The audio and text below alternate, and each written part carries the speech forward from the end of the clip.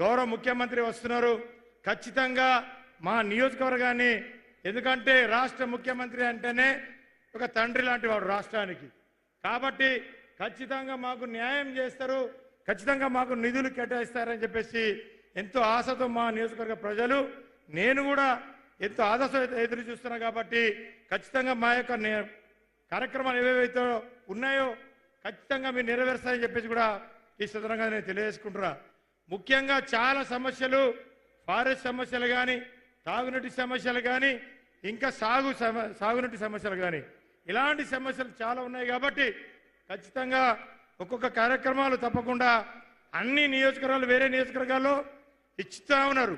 కానీ మా నియోజకవర్గంలో మీరు మొట్టమొదటిసారిగా వచ్చిండు కాబట్టి ఖచ్చితంగా మేము చేసినట్టు చెప్పినటువంటి కార్యక్రమాలు అన్ని ఇస్తారని చెప్పేసి కూడా ఖచ్చితంగా మా యొక్క నమ్మకం ఉందని చెప్పేసి కూడా నేను తెలియజేస్తున్నాం. దాంట్లో భాగంగా ప్రధానంగా కొన్ని సమస్యలు మీ దృష్టికి తీసుకువస్తా ఉన్నాను.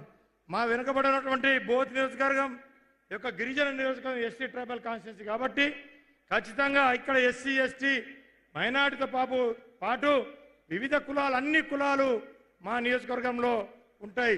పేరుకే ఎస్టీ కానీ జనరల్ క్యాస్ట్ వాళ్ళు కూడా మా నియోజకవర్గంలో ఎక్కువ మంది ఉంటారు. కాబట్టి ఇక్కడ చాలా సమస్యలు కొట్టాడబడుతున్నటువంటి సమస్య. అదేవిధంగా మీరు పిసిసి హోదాలో వచ్చినప్పుడు ఒక చిన్న మీకు ఏంటంటే గుర్తు చేయాలని చెప్తున్నా సార్, నేను వేరే ఉద్దేశం కాదు.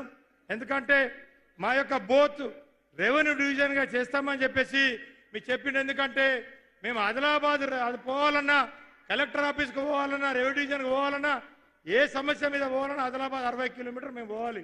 చాలా సమస్య ఉంది సార్. కాబట్టి ఇక్కడ ఏంటంటే చాలా మారుమూల ప్రాంతాలు ఎక్కువ ఉంటాయి. కాబట్టి ఆదిలాబాద్ పోవాలంటే చాలా ఇబ్బంది అవుతూ ఉన్నారు. ఖచ్చితంగా మా బోత్ను రెవెన్యూ డివిజన్గా ప్రకటిస్తారని చెప్పేసి కూడా ఎంతో ఆశతో మా ప్రజలు ఎదురు చూస్తూ ఉన్నారు. కాబట్టి అదేవిధంగా చాలా ఇరిగేషన్ ప్రారంగా మనము గౌరవ డిప్యూటీ సీఎం గారు గతంలో 3 లిఫ్ట్ ఇరిగేషన్లు మనకు మంజూరు చేస్తారని చెప్పేసి అనౌన్స్ చేశారు. 2 ఇచ్చిండు. ధన్యవాదం సార్, ధన్యవాదం 2 లిఫ్ట్ ఇరిగేషన్ ఇచ్చేందుకు. కానీ ఇంకా 2 లిఫ్ట్ ఇరిగేషన్ ఉన్నాయి.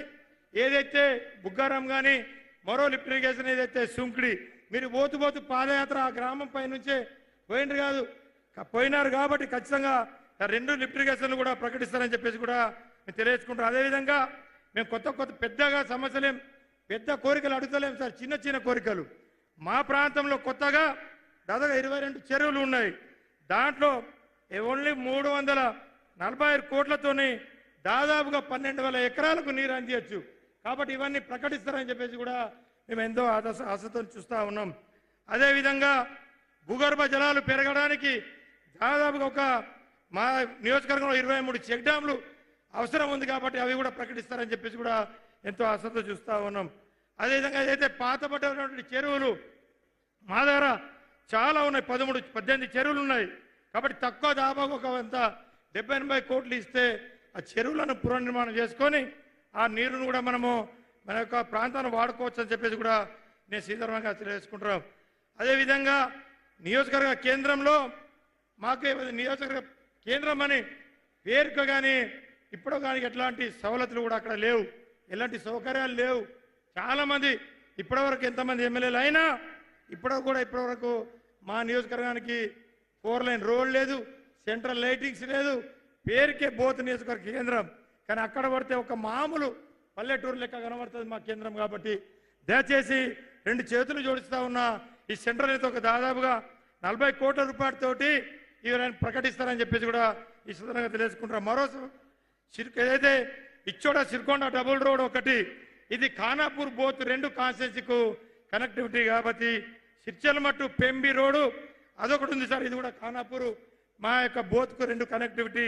అదేవిధంగా బరంపూర్ మోర్కండి రోడ్డు, ఇది ఆదిలాబాదు బోత్కు కనెక్టివిటీ ఉంది. కాబట్టి ఇది కూడా అదేవిధంగా ఇప్పుడే గౌరవ ఎంపీ గారు కూడా చెప్పారు, జమ్దాపూర్ నుంచి ఏదైతే కరంజీ రోడ్డు ఉందో ఇప్పుడు చాలా సమస్య.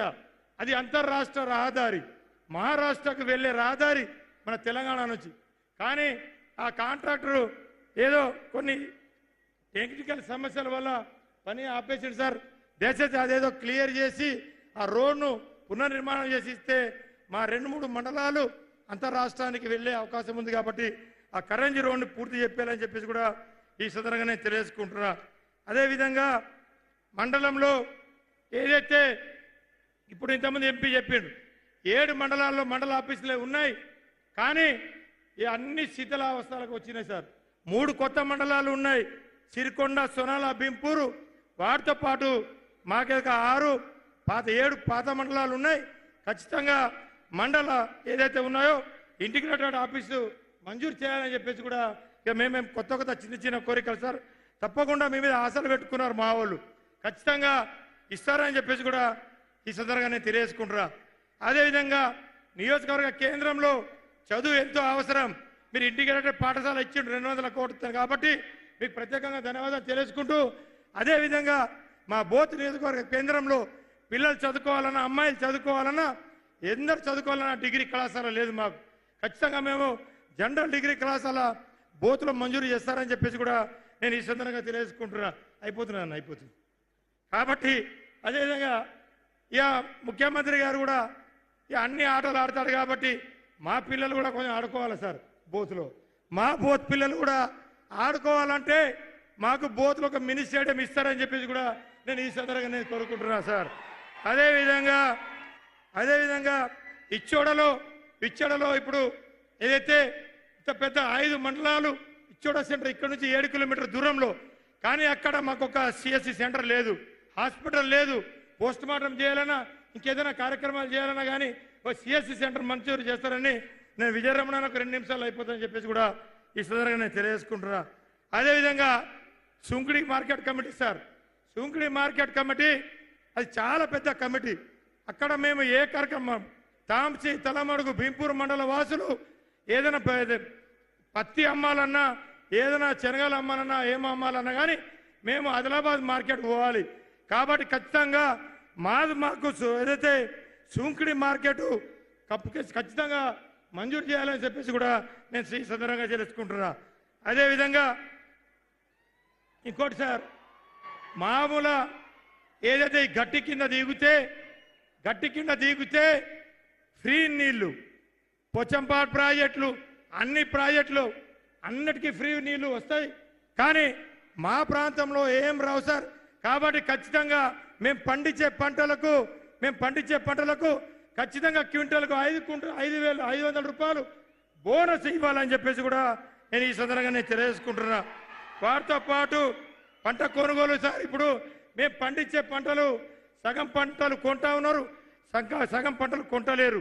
ఇప్పుడు మా దాంట్లో ఇప్పుడు రబీ పంటలు వేసుకుంటే మొక్కజొన్న కానీ జొన్నలు బాగా పండిస్తూ ఉంటారు.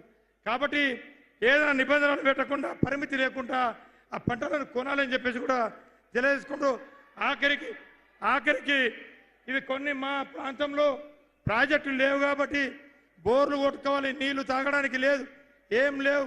పొలం బాట రోడ్లు కూడా మేము అన్ని పొలాల పోవడానికి కూడా రోడ్లు పూర్తి చేసుకోవాలంటే ఖచ్చితంగా మీరు ఒక 40 కోట్ల రూపాయల SDF నిధులు ఇవ్వాలని చెప్పేసి కూడా ఈ సందర్భంగా తెలియజేసుకుంటూ, టూరిజం పరంగా కూడా 4 మా యొక్క కుంటాల, పొచ్చేల, కనకాయ జలపాతాలు ఉన్నాయి. ఖచ్చితంగా కూడా ఇవి కూడా చేయాలని చెప్పేసి కూడా ఆలయ అభివృద్ధి కొరకు మాకు 2 ఆలయాలు సార్. మీరు ఇప్పుడే బాసర్లో కూడా మీరు మంజూరు చేసిండు 200-300 కోట్లు, కానీ మాకు అంతగానం వద్దు సార్. మాకు సిరిచల్మకు ఒక 5 కోట్లు, అదేవిధంగా బరంపూర్కి ఒక 2 కోట్లు మంజూరు చేయాలని చెప్పేసి కూడా తెలియజేసుకుంటూ, ఈ ఆఖరిగా ఇండ్లు సార్ మాకు వెనుకబడ్డ ప్రాంతం కాబట్టి ఒక అదనంగా అన్ని నియోజకవర్గాలకు కేటాయింపే దాంట్లో అదనంగా ఒక 2000 ఇంద్రమ ఇల్లు ఎక్కువ ఇవ్వాలని చెప్పేసి కూడా ఈయన ఈ సందర్భంగా తెలియజేసుకుంటూ, అదేవిధంగా ఈ అందరికీ అదేవిధంగా ఇచ్చోడలో సాధికానా కూడా మీరు ఇంతకుముందు చెప్పింది సార్, అది కూడా 3,65,00,000 రూపాయలతో ఇచ్చోడలో సాధికానా ఇవ్వాలి. అదేవిధంగా study circle centres SC ST BCలకు మైనార్టీ సోదరులు కూడా స్టడీ సెంటర్ కూడా ఇవ్వాలని చెప్పేసి కూడా ఈ సందర్భంగా తెలియజేసుకుంటారు. ఇక చాలామంది పెద్దలు అక్కడి నుంచి చేతులు ఊపుతున్నారు కాబట్టి ఏదేమైనా సార్ కానీ నేను పత్ర రూపంలో మీకు అందజేసిన తప్పకుండా ఇవన్నీ మంజూరు చేయాలని చెప్పేసి కూడా కోరుతూ, మీరు నాకు మంజూరు కావాలంటే మీరు అందరూ ఒకటిసారి సీఎం గారికి 2 చేతులు చెప్తే సపోర్ట్ కొట్టాలని చెప్పేసి కూడా కోరుకుంటూ ముగిస్తాను. జై హింద్, జై తెలంగాణ. గౌరవనీయులు ప్రేమ్ సాగర్ రావు గారు, honourable MLA Mancherial civil supplies corporation chairman.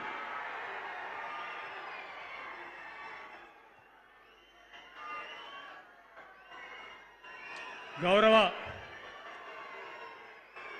ముఖ్యమంత్రి శ్రీ